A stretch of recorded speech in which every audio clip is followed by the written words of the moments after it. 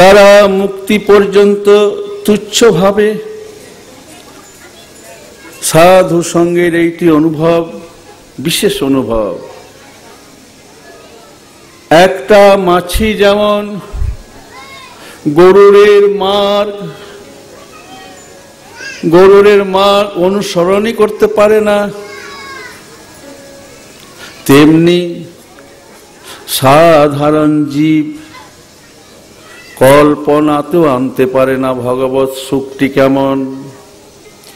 বিষয় আসক্ত জীব কখনোই কল্পনাতে আনতে পারে না সাধু সঙ্গের আনন্দটি কেমন। এই আনন্দ পেতে তারা অক্ষম। যারা বিষয় আসক্ত জীব তারা একেবারে অক্ষম। এরা সংসারে তাড়না ভোগ করবে, তবু সাধু সঙ্গে যাবে না। রিপুগণের সাথে সদা সদা লড়াই। রিপুগণের তাড়না, অন্যায় জীবনযাপন, সেটাও এদের পক্ষে ভালো, তথাপি সাধু সঙ্গে এরা যাবে না। শত শত অন্যায় আচরণ করবে, তবু যাবে না। কঠোর অপরাধে রাজদণ্ড ভোগ করে, তবু এরা সাধু সঙ্গে যায় না, যাবেই না। শ্রোতা, আপনারা বলতে পারেন, সাধু বাবা তাহলে কি সবার মূলে ধন দোষী? অর্থ, ধনই দোষী কি সবার মূলে? কিন্তু সাধু বাবা, ধন ছাড়া তো আমরা এক পাও হাঁটতে পারবো না। ধন না রইলে তো মৃতবৎ জীবন যাপন হয়ে যাবে। সাধু বাবা, এই ধনই তো জগতের জীবন শক্তি। ধন ছাড়া তো সাংসারিক সুখ উপভোগ হবেই না। আর সাধু বাবা একান্তভাবে অসম্ভব। সাধু বাবা আর সাধু সেবাও ধন ছাড়া হবে না। সাধু সেবা করতে গেলেও ধন চাই। জঠর অনলে কত কত পরিবার ক্রোধের চোখে দেখে। সাধু বাবা, এই অভাবী মানুষগুলো কি সাধু সঙ্গ পেতে পারে? হয়তো গরিব লোক, দিন মজুর, কয়েকটা টাকা মাইনে পায়, ছেলে অসুস্থ, যেতে পারছে না, ডাক্তার ডাকতে যেতে পারছে না, ঔষধের পয়সা নাই। হেন গরিব লোক কি সাধু সঙ্গ পেতে পারে? এরা কি সাধু সঙ্গ পাবে? সাধু বাবা, এই গরিব লোকগুলো কি আপনার আপনজন হতে পারবে? কেমন সাধু বাবা জানেন? জুয়ান বেটাটা মারা গেছে, একমাত্র নয়নমণি, ওই 20 বছরের ছেলেটা মারা গেছে। সেই শোকাতুরা মায়ের কখন আরাম জানেন, কখন সমস্ত দুঃখটা থেকে দূরে থাকে? যখন একটুখানি ঘুম আসে। ওই হত দরিদ্র গরিব লোকগুলো শান্তি একমাত্র ওই নিদ্রা অবস্থায় যখন ঘুমিয়ে পড়ে রাত্রিবেলায়, ঘুম থেকে উঠেই তাদের এই পেটের চিন্তা। সাধু বাবা, আর সাধু বাবা, ওই নিদ্রাকালে মানুষ তো সবের মতোই থাকে, সব তুল্য হয়ে থাকে, মৃতবৎ পড়ে থাকে।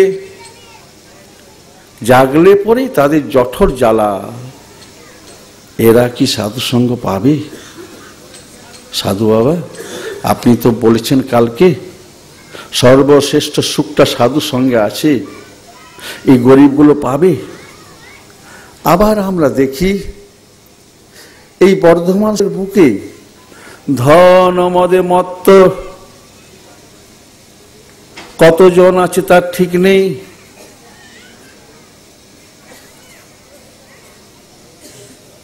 অনেক ধনী ছেলে বেশ্যার পায়ে চুমু খায়, এ হেন ছেলেগুলো ধনে মদে মত্ত, ধনীর পুত্রগুলো, ধনীগুলো, এরা না সাধু বাবা ওই রিপুর তাড়নায়, কামের তাড়নায় সৎ অসৎ কিছু বিচার করে না সাধু বাবা। সৎ অসৎ বলে মনশক্তি সন্নিবেশ করতে সক্ষম হয় না এরা। এরাও কি সাধু সঙ্গ করতে পারবে? বলুন সাধু বাবা। অদৃষ্ট পাতক অপেক্ষা দৃষ্ট সুখ ভোগকেই তো এরা বেশি করে গুরুত্ব দেয়। এরা কামনা পূরণের জন্য, সুখ ভোগের জন্য, সুখ ভোগের সুবিধার জন্য কত কত প্রাণী হত্যাও করে দেয়। এরা কি সাধুসঙ্গ পেতে পারে? এহেন জীব যারা নিজের সুখ ছাড়া অন্য কিছু বুঝে না, এরা সাধুসঙ্গ পাবে কি? আবার আমরা শুনেছি সাধু বাবা, অনেকবার শুনেছি, পাপ ভোগ, এই পাপ কর্ম ভোগের জন্য বারবার নাকি জন্মও নিতে হয়, আবার পুণ্য কর্ম রইল বারবার জন্ম নিতে হয়। কারণ পুণ্য কর্মের ভোগটা শেষ হওয়া মাত্রই জন্ম নিতে হবে। আবার এদের দুজনকে কিন্তু শীতজনিত দুঃখ ভোগ, গ্রীষ্মজনিত দুঃখ ভোগ করতে হয়। ক্ষুদ্র, অতি ক্ষুদ্রজনিত দুঃখ তো আছেই। সাধারণ জীব ক্ষুদ্র স্বার্থ নিয়ে ব্যস্ত, আবার ক্ষুদ্র প্রলোভনের আশায় মানুষ ওই পাষণ্ড দেবতাগুলোর উপাসনা করে। পাষণ্ড দেবতা, তাদের স্মরণে যায়।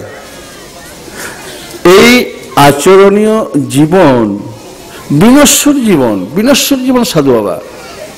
তো বলুন সাধু বাবা, সাধু সঙ্গ লাভ করি কি এই সব মানুষ? আপনি তো কালকে বলেছেন সর্বশ্রেষ্ঠ সুখটা সাধু সঙ্গে আছে। এইসব মানুষ সাধু সঙ্গ লাভ করে শ্রী গোবিন্দের প্রতি অসাধারণ ভক্তি উৎপন্ন করতে পারবে কি? পারবে? কোনদিন এরা বিষয় সুখে, এই যে বিষয় সুখের জন্য পাগল, এই বিষয় সুখটাকে বিষ্ঠার মতো মনে করতে পারবে সাধু বাবা? এই জড় সুখটাকে বিষ্ঠা সুখের মতো ঘৃণ্য বোধ মনে করতে পারবে? বিষ্ঠা তুল্য ঘৃণ্য বোধটা। শ্রী গোবিন্দ চরিত্র শ্রবণ এবং চরিত্র অনুকীর্তনের অসীম প্রভাব এরা পাবে সাধু বাবা? আপনি তো বললেন বর্ধমানে আপনার মনটা অনেকবার চায় এখানে কথা বলতে। বর্ধমানের মাটি গৌর মাটি, প্রেম মাটি, ভক্তির মাটি। এ মাটিতে একমাত্র প্রেমই আছে, আর কিছু নেই। কিন্তু আমাদের দৃষ্টিতে, আপাতত দৃষ্টিতে আমরা কি দেখছি সাধু বাবা? বলুন, এই সমস্ত মানুষগুলো কি সেই গোবিন্দের চরণে, সেই গৌরের চরণে ভক্তি লাভ করতে পারবে সাধু বাবা? সাধু বাবা, বিলাসবতী ললনায় যাদের মন সদা চিন্তায়, এবং তাদের সমস্ত সময়টা একটা দুটো সময় নেই সাধু বাবা, সমস্ত সময়টা সকাল থেকে রাত্রি পর্যন্ত ভোগ ভোগ, সুখ ভোগ, দেহ ভোগ। ঘুম থেকে ওঠার পর থেকে ইন্দ্রিয় তর্পণকারী এই লোকগুলো সাধুসঙ্গ করতে পারবে? পাবে সাধুসঙ্গ পাবে? যে ভক্তি সুখের নিকট ব্রহ্ম সুখ অতি অতি অতি অতি সামান্য, সেই ভক্তি সুখটা কি এরা পাবে? অতি তুচ্ছ সাংসারিক জীব লাভ করতে পারবে? এই সংসারে যারা বিষয় আসক্ত, বিষয় ছাড়া কিছু বুঝে না, বিষয় আসক্ত হয়ে বনিতার ক্রীড়া মর্কট সাজে, ক্রীড়া মর্কট আমরা দেখেছি সাধু বাবা। অনেক সময় আমাদের গ্রামেও আসে বাঁদর নাচাতে, সেই ক্রীড়া মর্কট সেজে এরা বনিতার হাতের পুতুল হয়ে যায়। এরা এরা পাবে সাধুসঙ্গ? যারা অধঃপতনের শেষ সীমায় পৌঁছে গেছে, হয়তো চুলের মুঠিটা ধরে তোলা যেতে পারে এমন অবস্থায়, একবারে শেষ ধাপে, তারা কি শ্রী গোবিন্দের প্রেম লাভ করতে পারবে সাধু বাবা? এছাড়া আরেকটা ভ্রম বাবা, সাধু বাবা, আরেকটা ভ্রম আমরা লক্ষ্য করি সাধু বাবা। এটা প্রায়ই দেখা যায়, মন্দিরে মন্দিরে গেলে দেখা যায়, মানুষ ভগবানকে লোভ দেখায়, মানুষ ভগবানকে লোভ দেখায়, মাকে লোভ দেখায়। মা তো তুমি মা চিন্তা করো না, আমার ছেলেটা এটা ওটা পেলেই তোমাকে পাঁঠাটা দেওয়া হবে, এরা লোভ দেখায় সাধু বাবা। আমরা লক্ষ্য করেছি, ওরা বলে এটা দেব, ওটা দেব, সেটা দেব। আর সাধু বাবা আপনি বললেন না পাষণ্ড দেবতা, দেবতাগুলো মায়ের কাছে কতভাবে চেয়েছে, রূপং দেহি বলেছে, রূপ দাও। দেবতাগুলো দেখতে সুন্দর, কোন দেবতাকে বিউটি পার্লারে যেতে হয় না, তারা এমনিতে সুন্দর, তাও বলে রূপং দেহি মা, রূপং দেহি, রূপ দাও মা। আবার বলে জয়মদি, তাদের জয় আছে, তারা স্বর্গে বাস করছে জয় লাভ করে, তাও বলে কিনা জয়মদি। সাধু বাবা আবার কি জানেন সাধু বাবা, তারা বলে যশ দাও। দেখুন লোভের সীমা নেই, রূপ চাইলো, জয় চাইলো, আবার যশ দাও। তো স্বর্গবাসী দেবতাগুলো যশের জন্য লোভী। আবার বলে কিনা সাধু বাবা, ওরা বলে দিশোজহি, আমাদেরকে শত্রুর থেকে সদা সর্বদা। তাহলে রূপটা চাই, জয়টা চাই, তো জয় অর্থাৎ শত্রু জয়, জয় অর্থাৎ কোন রকম তার শত্রু রয়েছে না, কোন রকম তার আর কোনো চিন্তাই নেই। তো দেবতাগুলো পর্যন্ত মা দুর্গার কাছে চেয়েছে, সাধারণ মানুষরা তাই করে সাধু বাবা। এইসব অজ্ঞ মানুষের ভক্ত সাজটা দেখে আমরা ভাবি, আহা হা কিবা ভক্ত সাজ। এরা নিজ মনোকল্পিত স্বার্থ সকল পূরণ করার জন্য কত কিছু ভগবানকে দেখায় সাধু বাবা, লোভ দেখায়, যেখানে যায় সেখানে লোভ দেখায় এরা। আচ্ছা সাধু বাবা, ভগবান কি পায়েস, মিষ্টান্ন, ফুলকপি তরকারি, সিমাইয়ের পায়েসের লোভে পড়ে থাকেন? বলুন না। এরা চাওয়ার আগে এরা কত রকম ভাবে, বাজারে গেলে ভাবে আহা ফুলকপিটা বেশ সুন্দর, প্রথমে নিজের জিভটার লোভটা রাখে সুন্দর ফুলকপিটা, আবার বাজারে গিয়ে নানা রকম জিনিসটা দেখে ভাবে সুন্দর জিনিসটা, প্রথমে নিজেদের জিভের লোভটা দেখে, তারপর তো সাধু বাবা মা কালী বলুন আর গোবিন্দ ধামের ভোগ বলুন, সবটাই তৈরি হয়, সবটাই তৈরি হয়। ভগবান লোভে পড়ে এরা যা চাইবে তাই দেবে। এরা সংসারে অসারতা দেখে না, এরা সংসারে অসারতাকে হৃদয়ঙ্গম করতে পারে না সাধু বাবা। এইসব মানুষ বলুন সাধু বাবা, এইসব মানুষ কি পরম মঙ্গল পদ শ্রী গোবিন্দ পদ আর সাধু সঙ্গে ভবদীয় কীর্তন করতে পারবে? কীর্তন করতে পারবে এরা? সাধু বাবা, প্রার্থনার অযোগ্য ব্যক্তিও কি প্রার্থনা শিখতে পারবে? সাধু বাবা, আপনি তো বারবার বলেছেন মানবের মাঝে মাধবকে আপনি দেখেন। আপনি এই দৃষ্টিটা আমরা পাবো সাধু বাবা? প্রতিটি মানবের মাঝে মাধবী আছেন, এই দৃষ্টিটা কি আমরা পাবো? আমরা তো পারি না সাধু বাবা। সারাটা জীবন শুধু নিজের স্বার্থের ভাবনায়, শুধু নিজের স্বার্থের ভাবনায় সাধু বাবা। আমরা স্বার্থ পূরণে কত কিছু করি, আর এই জগৎ মাঝে আমরা কি করি জানেন সাধু বাবা? এক তো নিজের স্বার্থ পূরণে সংসার করেছি। আপনি বলেছেন সাধু বাবা, সংসার তোমার জন্য দোষী নয়, দোষী তুমি সংসারটাকে সাজিয়েছো। হ্যাঁ সাধু বাবা, আমিও মৃত্যুকালে ওই একটা খুব জোর দুটো মাংসপিণ্ড জগৎ মাঝে দিয়ে যাব সাধু বাবা। মানুষ দিয়ে যেতে পারবো না সাধু বাবা, স্বীকার করে নিচ্ছি।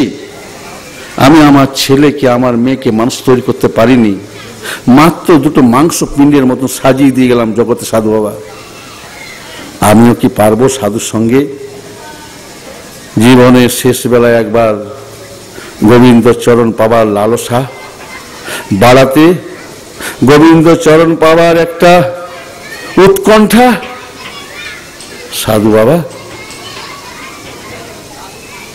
আমি তো রেখে চলে যাব এই জগৎ মাঝে একটা কিংবা দুইটা মাংসপিণ্ড, তাদেরকে আমি কোনোদিন শেখাইনি তোমার হরিনাম করো, কোনোদিন বলিনি হরিনাম করো। না না না না না, বর্ধমান জেলাবাসী আপনারা এই কথাটা বলবেন না। আপনারা গৌরভূমির লোক, আপনাদের মুখে এই কথা সাজে না যে আমরা ভগবানের নাম শেখাইনি ছেলেদের মেয়েদের। আমরা প্রয়োজন বোধ মনে করিনি ভগবানের নাম কর, কোনদিন বলিনি।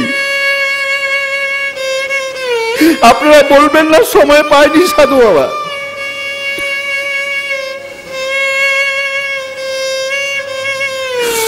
আপনারা বলবেন না এই হৃদয়হীন আমাদের কি হৃদয় হবে সাধু বাবা? হ্যাঁ, আমি জোর গলায় বলছি আপনাদের কাছে, জোর গলায় বলছি, আপনাদের কোনো ভয় নেই। আপনার সাধু দর্শন করছেন, সাধু আপনাদের নয়নে আসে।